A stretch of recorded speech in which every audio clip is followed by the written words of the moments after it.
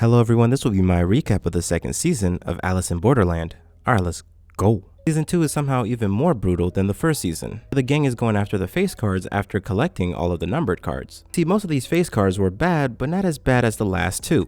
Those two being the King of Spades and the Queen of Hearts. The King of Spades, well, it's always been a mark of honor to call a spade a spade. yeah, he's an absolute shooter. This guy and his weapons produce a mortality rate of about 99%. The 1% that got away and ultimately ended his kill streak were Arisu, Usagi, Kuina, and Aguni, with the Goonie actually dealing the kill shot. He's impressive, also evil. Also, Anne survived long enough to make Kuina promise that they'll be friends in the next life. Speaking of Kuina, that brings us to the Queen of Hearts. Anyways, the challenge for the Queen of Hearts is really just completing this game of cricket, but the Queen of Hearts quickly puts any contestant into a depression.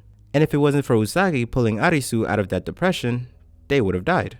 You know, if I had a nickel for every time Usagi pulled Arisu out of a depression to save their lives, I'd have 2 nickels, which isn't a lot, but it's weird that it happened twice, right? Anyways, after completing the Queen's game, which really just said F you to all of the theories we came up with about what's really going on, but I digress. After completing the game, everyone's confronted with 2 options. Either stay in Borderland or leave. Everyone in our gang chose to leave, including Anne, who I could have sworn was dead. We then cut to a hospital where everybody that was participating in these twisted games are apparently patients of. We then kind of get a glimpse of every character that's alive in the hospital recovering in some way. This all sort of makes sense if you believe what the Queen told Arisu, which is that they were all in purgatory, aka Borderland, after a meteor struck Tokyo, which put them all in a coma, and this is some sort of twisted way of them trying to recover.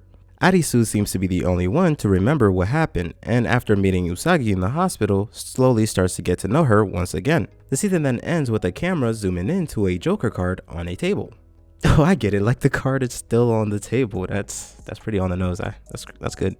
And yeah, I hope I answered all of your questions, but if I didn't, be sure to leave a comment. I read them all. And if you like that video and want to see more like it, leave a like and subscribe. I really appreciate it. Also, if it's just been too long since season 1, you could watch this video to catch up. That's it.